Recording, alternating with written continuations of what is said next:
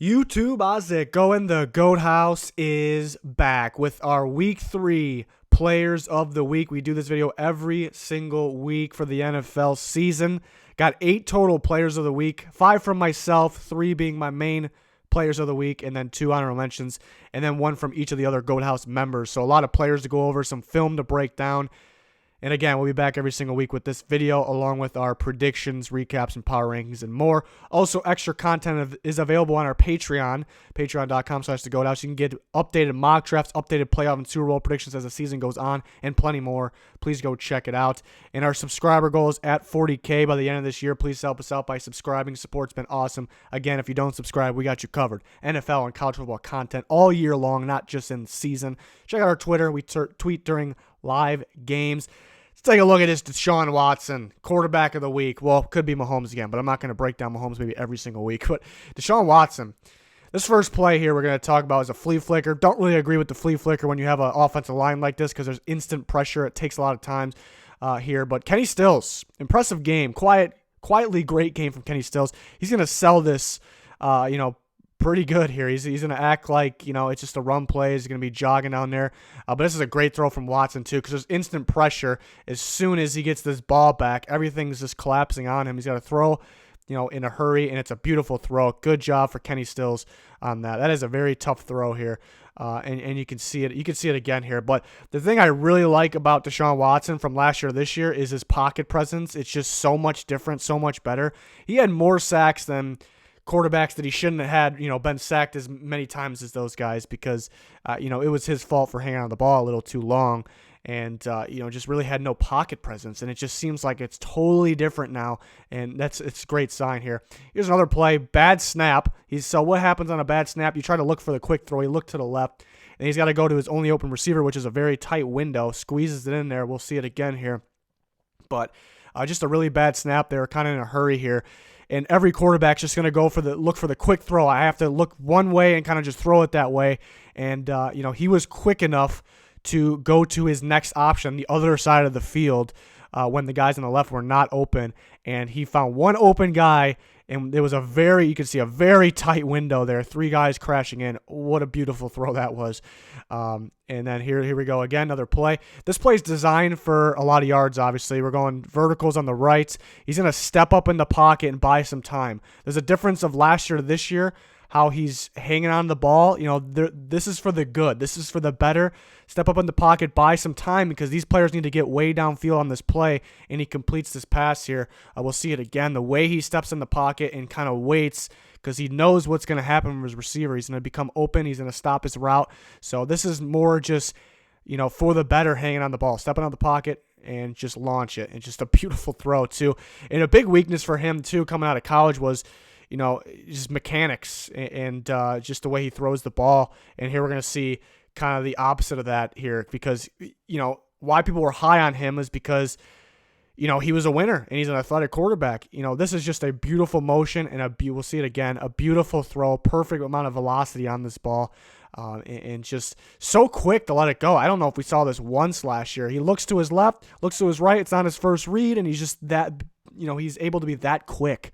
That's what I love about it here. Another play here, and this was that touchdown by Atkins. He did a great job, getting open, not just staying in his route. But this is just, instant pressure. Nothing Watson can do but break free, throw on the run on a jump throw, and just finds Atkins somewhat across of his body. So you got to give credit to him there on getting open too. We'll see it again. And this, if this is last year, he's sacked, or he might make a silly throw because he's about to get sacked. And this is instant pressure here. Everybody crashes in. He's got about 2 seconds. He just breaks free against a good pass rush. Look at his throw. He is wide open, but that's not easy to do. Not too many quarterbacks are able to do that at this moment right now. So Deshaun Watson really stood out to me. I'd say quarterback of the week. I guess Mahomes, you could say, but we broke down Mahomes last week. I expect to do more Mahomes. I expect him to blow me away once again. Let's take a look at this Calais Campbell guy. Against the Tennessee Titans. He was absolutely dominant, and we see him right off the bat. What goes underrated is the run-stopping ability. He just blows this up, stops Derrick Henry. He made the Titans' offensive line look like, I'm questioning if they have one of the worst offensive lines in football after this. So there he is right there. This is the same play. everyone's going to pull. Everyone's going to pull, and he knows that. He 100% knows. He's going to absorb the contact of the center and just make him look like he's nothing and kind of just blow up this play. Just absorb the contact, get in the backfield, make the play. Easy. And we know he had a really good game in the pass rush here. And my favorite thing about Calais Campbell is he's kind of known as an edge rusher, but there's an edge rusher outside of him. He's not the edge rusher, and that threw the Titans off. Watch Conklin, the right tackle for the Tennessee Titans on the left side of the screen. He did not know who to block because there's an edge rusher and there's Calais Campbell. The edge rusher pulls inside. Calais Campbell just gets right to the quarterback. Here he is again. I mean, this is just strength. This is just hand strength right here. That's all that is. That is a trait that you really... People can try to coach it, but I think you just got... And he forces those terrible throws from Mariota. You know, the more I watch this, realize I'm not going to put a lot on Mariota. Look at this. The hand again. It's just too strong. Way too strong. You know, Mariota taking a lot of heat, but this offensive line was terrible, mainly because Calais Campbell. Look at how many guys he has to get through here. Look how many guys he has to get through. He has to get through the guard, then he pulls over the tackle, has to get through him. Ridiculous. A big reason. Calais Campbell is kind of that guy of the defense of the Jacksonville Jaguars. He's that guy. Like, he's the guy you have to game plan for. He's what creates that defense. Not Jalen Ramsey. Jalen Ramsey might be the best corner in football. Not Myles Jack. Not Yannick Ngakoue. Not Josh Allen. Not Marcel Darius. Not any of those guys. Those guys make an impact. They're very good. But the guy you have to worry about the most is Calais Campbell, and that's what I love about him. He can play that edge rusher. He can slide in. On those clips we saw, he was pretty much the whole game. He was kind of at that 4-eye, 3-technique spot, switching back and forth, and that's really not a pass rusher, but he was a pass rusher. He's in that B gap. That's where he's lined up. Super impressive. The Titans offense line not only blocked him poorly, they just didn't know what to do because they don't really have a game plan for a guy like that, and that's why he's so dominant. You know, he can light up the stats, and that's what people will say. He's dominant because he lights up the stats, but it's the impact he makes, how we just saw right there in every way. Super impressed with him. My third biggest player of the week is the sack leader. It's Shaquil Barrett. And just he knows this play, and the instincts is what I did not expect from Shaquil Barrett. This is a run play, underrated run play. Just goes on the inside. He doesn't do that if he doesn't know the play. You know, he doesn't surrender the outside pressure if he doesn't know the play here. He dominated on the inside. Nate Solder, who's a well-known offensive lineman, he dominated him. And you see him, this is not a run play. He easily could have been fooled for this reverse. He stays home and he forces him out of bounds. That's supposed to be a big play. You don't run that play for that many yards. So that's what goes underrated. And then here he is again on the outside. And he's gonna go inside again. And he's gonna absorb two different blockers, gets through it, forces the fumble. So Nate Solder is having a rough day blocking him on the inside. Here he is outside here. And watch what's gonna happen here. He's beating him all day on the inside. He's going to give him an elite spin move. You don't see that very often. He's beating him just traditionally in the inside. I'm going to give him a spin move this time on the inside and continue to beat him. He's very smart, I've noticed from this. He's got a whole game plan for Nate Solder here. He continues to beat him on the inside. Look at this. Just way too easy. And sometimes he has to get through the guard as well. It's mainly Solder's guy. And he continues to beat him on the inside. And then this play is mainly, just reading the quarterback coming up. A lot goes to Nassib on that play. That was a good rush, but they had a tight end on him. And then here we go again. More Shaquil Barrett. And I don't know what that leg kick was, but he got him on the outside. What Nate Solder's not expecting from him because he's been beating him on the inside all day. And that's what we start to see because we're going later and later in the game right now. And Solder is worried about getting beat on the inside. And look at this fake on the inside, step back out. This is a smart game. You know, this isn't just line up and get after the quarterback. This is let me get in this guy's head. And that's what I love about this. Look at this inside. Nope, I'm going to get you on the outside there.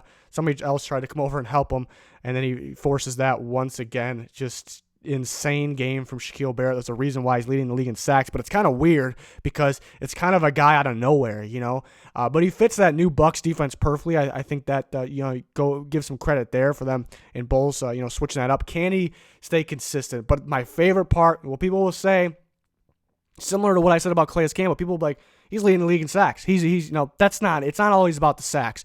Look at the game. He had a game plan. He was beating him on the inside, then he gave him a spin move, and then as the game went on, he was going to the outside, giving him some fakes on the inside, getting in Solder's head, he made him look really bad, let's be honest. And Solder's a well-known offensive lineman. That's supposed to be the strength of the Giants' offensive line, pass protection. He made him look silly. So I'm excited to see if Shaquil Barrett could be this wild card, out of nowhere guy that's just dominant. And then my 2 honorable mentions we'll talk about here. We'll show a clip from each of them. Excellent games here. Keenan Allen, oh my God, he was dominant in this game. And you just see one of his highlights here. We'll see it twice. Just gets in the open area, and you can't miss that tackle. But he dominated Bradley Roby early in this game, and they kind of had Jonathan Joseph shadowing him. Unless they were in zone, then they were in zone, obviously. And he just torched both of them.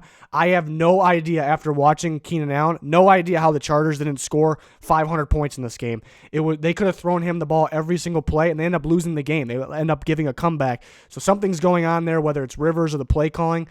Pretty rough. Keenan Allen had his way. And then Preston Smith, as you see here, he was absolutely dominant.